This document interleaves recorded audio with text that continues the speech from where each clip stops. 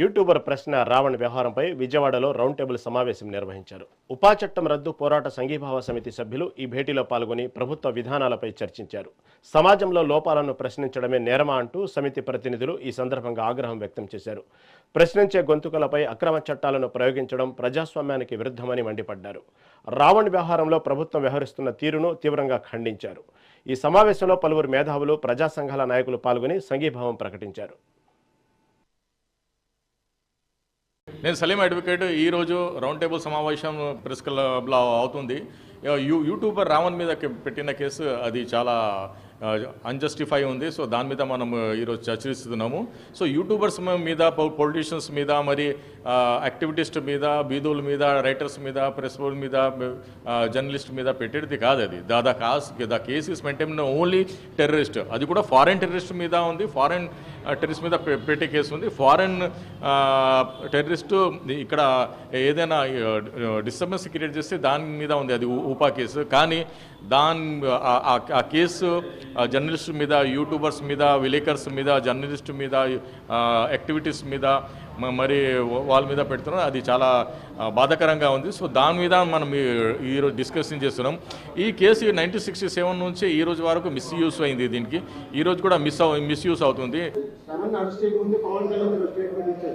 Social మీడియాలో మీరు కనుక ఒక అడుగు ముందుకు వేసి మాట్లాడితే మేము చర్యలు తీసుకుంటాము. ముందుగానే పవన్ కళ్యాణ్ గారు దీన్ని ఎలా పరిణామం తీసుకోవాలి? లేదా పవన్ కళ్యాణ్ చెప్పేది కూడా నేను వెరిఫై చేశాను. కానీ మనము మాట్లాడేది కాన్స్టిట్యూషన్లో మాట్లాడే రెచ్చగొట్టేలాగా మాట్లాడదు. ప్రతి మనిషి మాట్లాడే రైట్ ఉంది. సో అది ఉంది. ఈవెన్ దో నేను చెప్తున్నాను, ఈరోజు మనం వెస్టర్న్ డెమోక్రసీలో ఉన్నాము.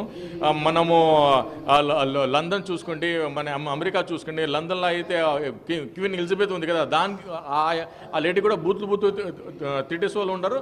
మరి ఒక డిపార్ట్మెంట్ ఉంటుంది, జస్టిస్ డిపార్ట్మెంట్, వేరే వెళ్ళి వాళ్ళతో మాట్లాడి మరి వాళ్ళు ఎస్టిమేట్ తీసుకుంటారు. మీకు ఇప్పుడు జస్టిఫై అయిదా లేదా? కొండారెడ్డి, ప్రగతిశీల కార్మిక సమాఖ్య రాష్ట్ర కార్యదర్శి. నేను ప్రశ్న రావణకు సంబంధించిన కేసులో ప్రజలు కావచ్చు, ప్రజాస్వామికవాదులు కావచ్చు, మేధావులు మాట్లాడుతున్న విషయం ఏంటంటే, ఏదైతే డిప్యూటీ సీఎం పవన్ కళ్యాణ్ మాట్లాడాడో అదే విషయాన్ని ప్రశ్న రావణ్ అనుకరించాడు.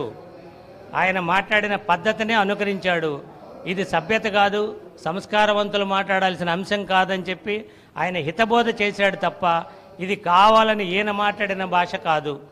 పవన్ కళ్యాణ్ ఏదైతే మాట్లాడాడో పవన్ కళ్యాణ్ను వ్యతిరేకిస్తూ మాట్లాడిన విషయం అనేది మనం గమనించాల్సిన అవసరం ఉందనేది ప్రధానమైన ప్రశ్న. కాబట్టి ఇక్కడ మనం ప్రశ్న రావను ఇప్పటి వరకు యూట్యూబ్ నిర్వహిస్తున్న సిస్టంలో దాదాపు ప్రజలందరూ చూస్తున్నారు. అనేక మంది ఆయనకు యూట్యూబర్ మద్దతుదారులు ఉన్నారు. ఆయన ఎట్లాగైనా తొక్కేయాలి, ప్రభుత్వాన్ని ప్రశ్నించడాన్ని మేము ఒప్పుకోమనే దుర్మార్గమైన కుట్రలో భాగంగానే పవన్ కళ్యాణ్ అట్లాగే సీఎం ఇద్దరు కలిసి చేసిన దుర్మార్గమైన ప్లాన్ ఇది. పేరు కొండారెడ్డి, ప్రగతిశీల కార్మిక సమాఖ్య రాష్ట్ర కార్యదర్శి. నేను